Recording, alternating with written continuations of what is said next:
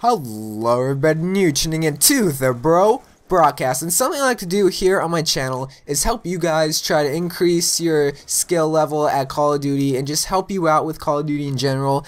And something that's really popular in Call of Duty is trying to get camos for your guns. You know, it's a fun challenge, it's something to show off to your friends, and people just like the camos on their guns. And here in Black Ops 2, something that's really popular is Diamond Camos. And recently, I just got Diamond Camos for the SMGs, just not in this gameplay, but recently I got it for all the submachine guns. And it was pretty hard to do, I will admit. And something that was really hard to do was try to get headshots. And that's what I'm going to try to help you try to get in this video right here, because the headshots, they're not something that can just happen. You actually have to try to go for it, because if you don't try to go for headshots, you won't get the camos right away. And for the submachine guns, you have to get 150 headshots to even get the other challenges for the other camos, for like Cherry Blossom and Art of War. So I'm going to try to help you try to get Diamond Camos and try to help you get headshots. So the hardest thing to try to get headshots is just aiming down your sights and just something, especially with submachine guns. So the first thing that I like to do is I like to pick a playlist, and that playlist is Chaos Mosh Pit, because Chaos Mosh Pit has all the small maps. I'm playing that playlist right now, and it comes with, say, Nuketown, Slums, Hijacked, all the small maps that submachine guns dominate on.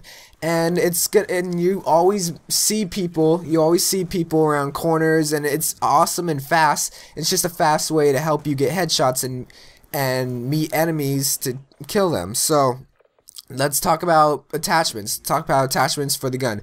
Now, the two attachments that I like to do, and you can do a third attachment, but it's not recommended, but the two attachments that I like to do is a red dot and a laser sight. And that being is because when you're aiming down your sights, you want to try to aim for the head, and if you just have that little red dot, you have more room, more space to look down your sights and try to aim for the head. And a laser sight, it kind of helps you target where that head is, and it helps you spray faster if you're just spraying down the sights. You know what I'm saying? If you're trying to aim down your sights faster, you want to have that you want to try to aim more up rather than just straight ahead. And that laser sight kind of helps navigate you, helps navigate you to the head.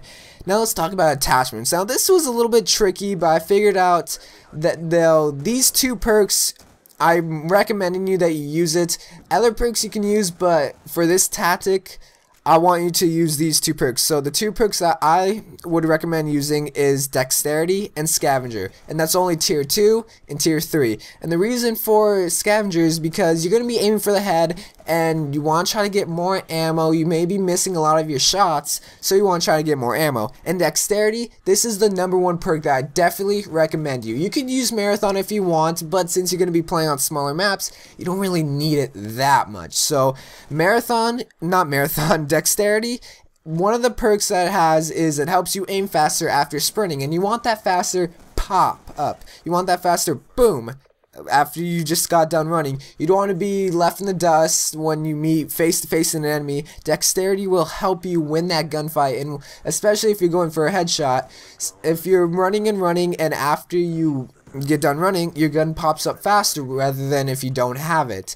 Because the steady aim version, the steady aim perk is laser sight, and red dot really does help, and Dexterity with those combinations really does help. So you can add Marathon, you can add Lightweight, but I really strongly recommend Dexterity and Scavenger. Other people use other stuff, but that's what I use. So let's review for attachment and perks. So red dot, laser sight, Scavenger, and Dexterity. Those are what I recommend with the submachine guns.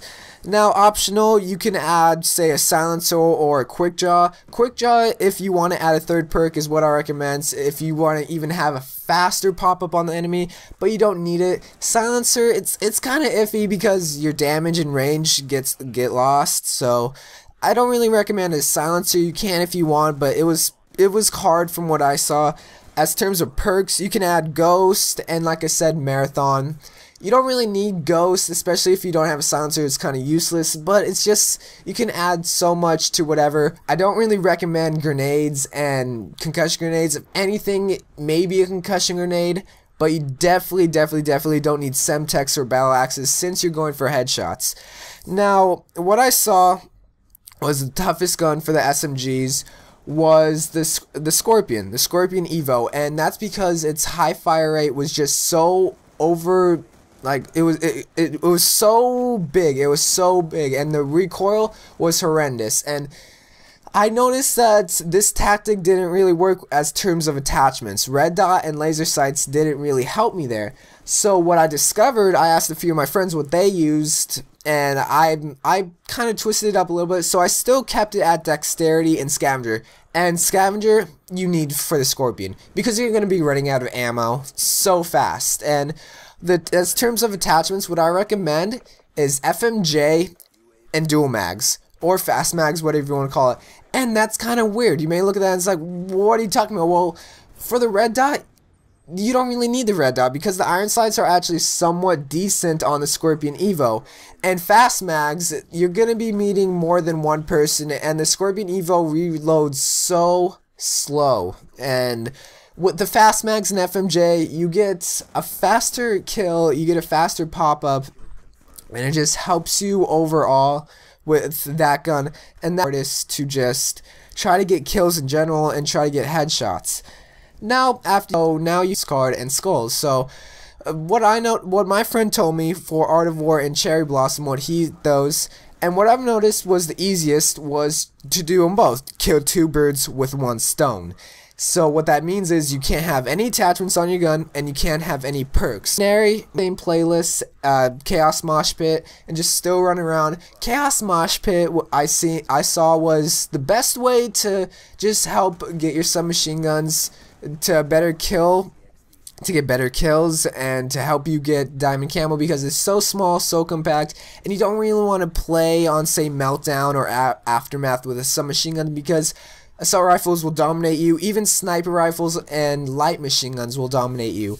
And something like Nuketown and Hijacked, submachine guns dominate all day, and they just help you get headshots easier. So, and also a little tip, when you're using the laser sight, when you see an enemy, try to just spray at first and try to aim a little bit more up than normal.